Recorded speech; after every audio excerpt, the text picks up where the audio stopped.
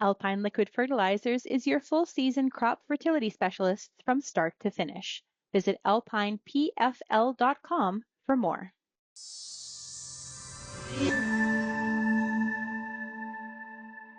Okay, so but some exciting news out of Manitoba, especially if you're a canola grower. We've got the makings of a canola yen, so a yield enhancement network coming. And so to talk about it, I've got Jason Castleman and Brunel Sabourin. I'm going to talk to you each separately, and then we'll bring you both in. So Jason, you are an agronomy specialist with the Canola Council of Canada. Let's cue this up. Why a canola yen? Yeah, I think for the most part, what we're seeing is the opportunity to capture the genetic potential of the canola crop. And so with a yen or a yield enhancement network, we know there's a number of practices and agronomic decisions that growers are making on their farm that positively or negatively affect their canola yields. And so with a network of growers that the yen can pull together, then we've got an opportunity to measure all of those factors, all those individual components of what goes into growing the crop, and figure out, is there an opportunity to see what are those management factors that can help us capture that genetic yield potential. Now, Brunel Sabourin, Antara Ag, out of Manitoba, you have been tasked with putting together this pilot project, kicking it off. I can't imagine a better choice. For now, this will be super easy, won't it? Oh, it's never easy. Never as easy as we think it's going to be. That's right. But Yes, yeah, but yeah, what is Antara going to be sort of putting together to make this yen work? so Antara Agronomy is a consulting company based out of the Red River Valley, Manitoba. But we put a lot of emphasis on on-farm research and also agronomy benchmarking. So it's one of the reasons I think the Canola Council approached us to run a pilot project to get this initiative off the ground. So we already have a network of growers that are keen on collecting and sharing this kind of data. So it should be a win-win for all groups. So essentially what we're doing is we're going to start off with 30 to 40 fields, I believe, for the pilot project this year. We'll be collecting all of the agronomic data, everything from weather to fertility practices, seeding implements, dates, et cetera, et cetera. We'll be doing a couple of rounds of tissue sampling, as well as collecting some old plant samples at harvest to do disease assessments, and then looking at the overall yield. And it's all about how do different agronomic decisions that farmers make impact yield at the end of the day. And are there trends or best management practices that we can uncover to make everybody more successful? So, Jason, to that point, we've seen a yen with wheat. We have our Great Lakes yen. There is a yen project, of course, in the UK. There are some of these sort of popping up in different regions, different, et cetera. So, what was sort of the push to get rolling on this in the canola space? Yeah, I think for the most part, talking with some of our counterparts in Ontario, Megan Moran, she's the canola specialist with the Ontario Ministry of Agriculture. And so some of the successes that she's seen with growers that she works with who grow canola as well as winter wheat, and the opportunity there to see if there's something that we could do with canola. And so in Western Canada, it's a pretty broad geography to try to implement a yen. So that's why we looked at maybe as a pilot project or for the first year, trying to achieve some success in an area that is manageable, and work with a provider like Antara Ag, who does an awesome job. And so I think to me, it's not only the yield, but it's the what is your potential. So the attractiveness there is based on what we get for available moisture as well as accumulated solar radiation, and how well can a grower achieve his potential or the potential of that field. And so to me, it's not a yield contest, more or less an opportunity to see how well growers are able to capture that potential of the hand that they're dealt, basically for the growing season. So, and that I think is a key part of the yen that we've seen here in Ontario. Now, it's Great Lakes. It is in the States as well. There's growers from a larger region, but Jason, as you mentioned, Western Canada is really more like 6 or 7 regions if you think about it. Although sometimes we lump it together. But Brunel, a key part of a yen is not just there's awards, yes, for top yield, but there's also that recognition of achieving the top potential or percent of your potential. So to me, though, it does, and like many people, it can seem overwhelming at first to want to get involved in something like this as to how to capture some of this data, some of the work that's done. So how much will a farmer have to do and how much will get done by, say, someone behind the scenes or by your team on the number crunching? What can they expect on that end? For the growers, it's going to be not much of an extra ask, really, because what we're going to do is a grower will sign up a field. So then we'll pick probably a 3 acre or so strip, like enough that we can collect a good yield sample at harvest. But for the farmer, they basically do everything they would normally be doing. They don't treat the field or that strip any different.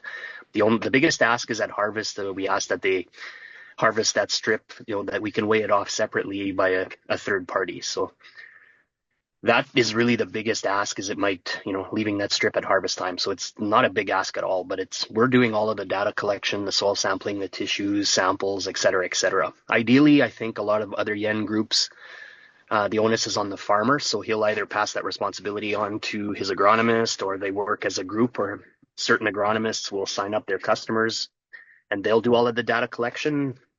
But in this particular case, because we were looking at, okay, how do we guarantee that we have a good sample set, that the data is collected properly? That's where we're involved in it this first year. But it's developing those protocols and then seeing what works best. But to go back to your question, sorry, for the farmer, it really doesn't add a whole lot to their plate, other than at harvest time we ask that we're there and present when they're harvesting that one strip and that we can weigh it off. Mm-hmm. And Jason, I'm imagining there were many conversations on all the things to measure, all the things to track. How did that go? How many different sort of parameters are going to be evaluated through a yen? Yeah, for the most part, it's what's nice is the ADAS group out of the UK does have a bit of a format or an existing template that we can kind of pick and choose and adopt to a spring canola crop. And so working with Brunel and Antara Ag, we were able to determine, what are the normal things that we can collect, and if there's, something that's a little bit different that, we can see. So, it could be up to 40 or 50 different things that happen during the growing season. But it's through the course of the growing season, a lot of what an agronomist is typically doing for the grower already. But it's keeping track amongst the growers, and it's the benchmarking of, what do those 30 fields, how do they compare, and then being able to sift out, what are those things that make the difference at the end of the year. Brunel, benchmarking is something that you and your company have been focused on for a couple of years now. In that, I think, to the credit of the agronomists and to the producer groups and to the farmers themselves who are interested in this, I think there's a lot to learn from the benchmarking model. What has been your experience with your clients that have been working on benchmarking now for a couple of years? What are some of the things that farmers can learn from each other? Well, first and foremost, it's about learning the best ideas from others, or sharing the information to be able to uncover these best management practices. We always challenge participants, to ask themselves 3 basic questions. How good am I? Or it's all about being able to track and measure and try to figure out, how good am I? How good could I be? How do I get there? So by looking at your own data, you establish a benchmark to see how good you're doing. And that could be just on the farm, comparing different fields of canola, say, in a given year.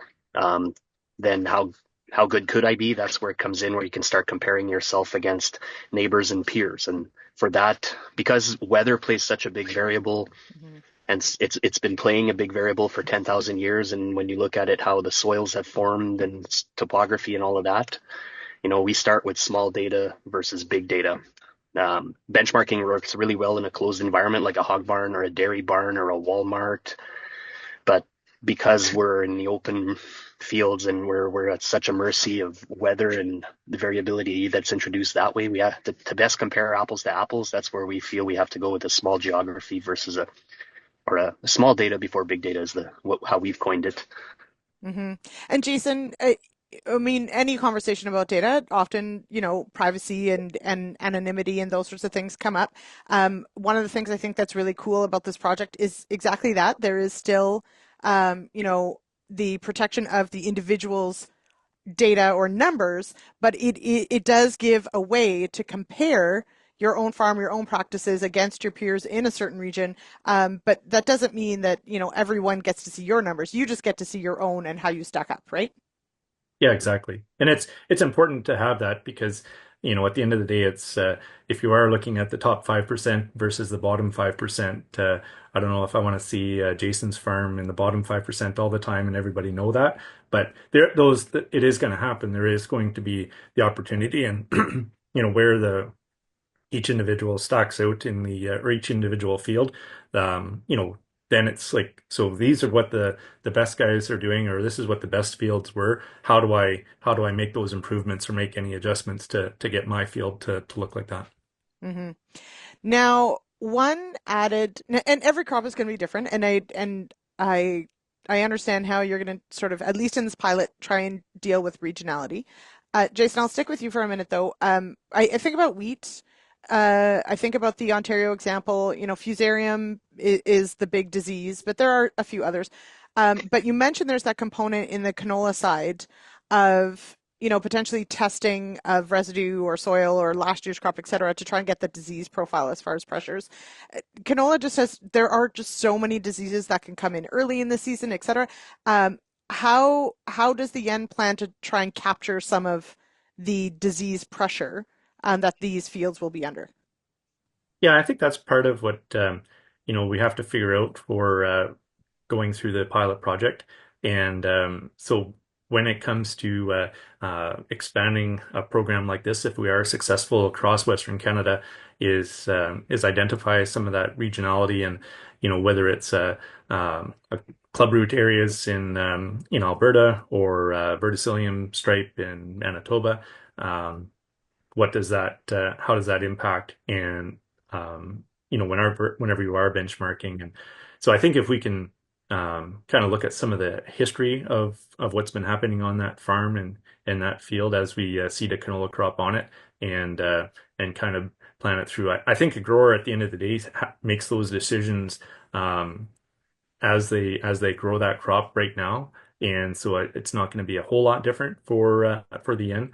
It's it's going to be the management, how do growers proactively plan for any of that that might happen in the field.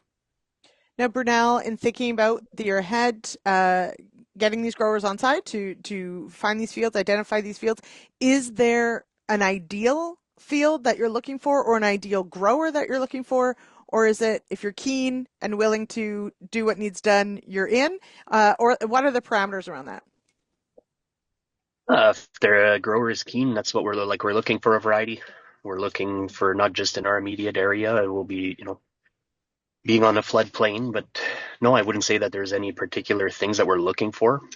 But on the disease front, we'll be looking at things like field history or how often they've had canola in the rotation, and then also doing disease assessments throughout the season, looking for early season disease and as well as late season. But no, basically, if a grower is interested in joining, we're more than happy to talk to them, and we want a wide variety, and it's not necessarily fields that we're already working on. It could be fields that we're not working on. That the more the merrier. We always feel. Okay, so Jason, as we wrap up here, for those interested, uh, what's the best way to get in touch? Are they going straight to Brunel? Are they going through the Canola Council, through a rep? How should people get in touch if they want to be part of the Canola Yield Enhancement Network pilot project? Yeah, so Antara Ag is the going to be the main contact for growers who are interested, and so I think to me it's in a pilot year, there's maybe a little bit more control over where we do things and how we do things and maybe figuring things out. So it's an opportunity that's pretty exciting for us, and looking forward to seeing it be successful. So that if we can, like you say, see something like this happen across Western Canada in those uh, different areas or different geographic zones. If something like that was successful in southern Manitoba, I can't see why it wouldn't work in anywhere else in the prairies. We're going cross-border, everybody. United. If Yeah. if there's some growers that are interested in signing up, we've set up a scorecard, a bit of a landing page that where growers can express their interest, and we would like to invite any growers of canola that are interested to sign up and just kind of there's a few questions that need to be answered in terms of where you farm, and that'll help give us help us gauge the interest and make sure that once we expand the canola yen across Western Canada, as Jason said, that we already have a list of growers that are interested that we can contact. So Okay. though for Okay. this year, the project is just going to be within the Red River Valley, but for next year, the year after, depending on the interest, we can see how far it goes or where it goes from there. But Okay. if there's growers in Western Canada interested, sign up and show your interest and get on the list. Perfect. Okay, so that's a really good point, Brunel, and that is one thing we will do for anyone listening, of course, to the radio. Head on over to realagriculture.com. We'll have the story up, and we'll link to that page, Brunel. So for anyone Perfect. who wants to get involved, and yeah, even if you're not in the Red River Valley, maybe going forward. So yeah, super exciting. I can't wait to see how this all comes together. So Brunel, Jason, thank you so much for joining me on the show today. You Thank bet. you. Thanks a lot.